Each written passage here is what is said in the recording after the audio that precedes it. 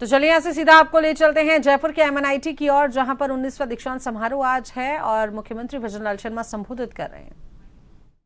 शुभकामनाएं देता हूं। यह भी गौरव का विषय है कि इस वर्ष 150 से अधिक विद्यार्थी डॉक्टरेट उपाधि प्राप्त कर रहे हैं और 77 अंतर्राष्ट्रीय विद्यार्थियों का प्रवेश हुआ है।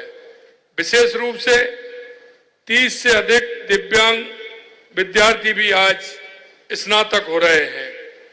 देश के सभी NIT में सबसे अधिक छात्रा और छात्र अनुपात प्राप्त कर यह संस्थान नारी सशक्तिकरण के प्रति अपनी प्रतिबद्धता प्रदर्शित करता है।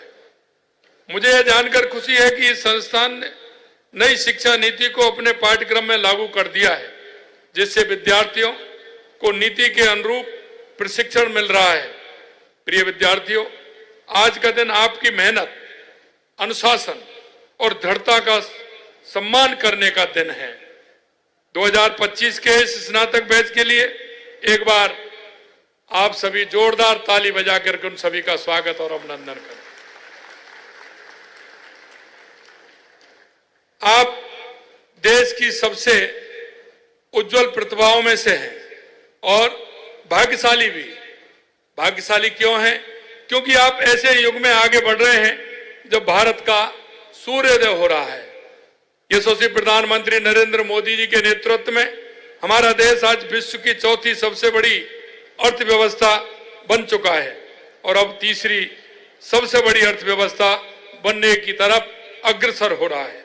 मुझे उम्मीद है कि आप अगले दशकों में जब हम स्वतंत्रता की शताब्दी वर्ष 2047 की ओर बढ़ेंगे, भारत की दुनिया की शीर्ष आर्थिक ताकतों में शुमार होगा। हमारे युवा, हमारा कौशल, हमारी तकनीकी क्षमता अभूतपूर्व होगी। इस परिवर्तन के केंद्र में आप जैसे युवा और MNIT जैसे संस्थान होंगे। भविष्य के हथियार तलवार या ढाल नहीं, बल्कि सेमीकंडक्टर, क्वांटम कंप्यूटर, नवकरणीय ऊर्जा प्रणालियां और कृत्रिम बुद्धिमत्ता है।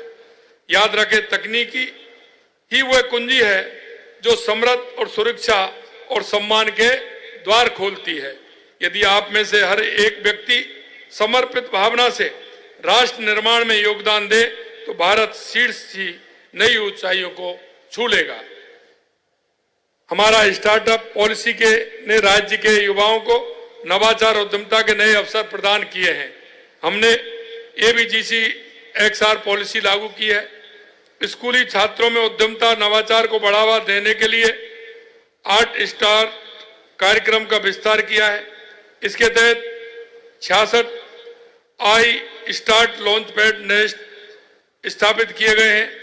राजस्थान स्टार्टअप कार्यक्रम के तहत वर्ष 2024-25 में 2028 स्टार्टअप पंजीकृत हुए तथा सरकार द्वारा वित्तीय वर्ष 2024-25 में 300 स्टार्टअप को आई स्टार्टअप राशि लगभग 11 करोड़ रुपए का फंडिंग प्रदान की गया है।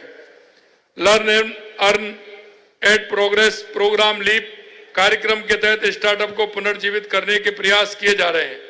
12वीं कक्षा के तुरंत बाद राज्य के युवाओं के लिए कौशल उन्नयन और रोजगार के अवसर पैदा करने के उद्देश्य से अर्ली कैरियर प्रोग्राम टेक भी शुरू किया है। रिप्स 2024 के तहत ITES प्रोजेक्ट को एसेट क्रिएशन इंसेंटिव के लिए 3 विकल्प दिए जा रहे हैं।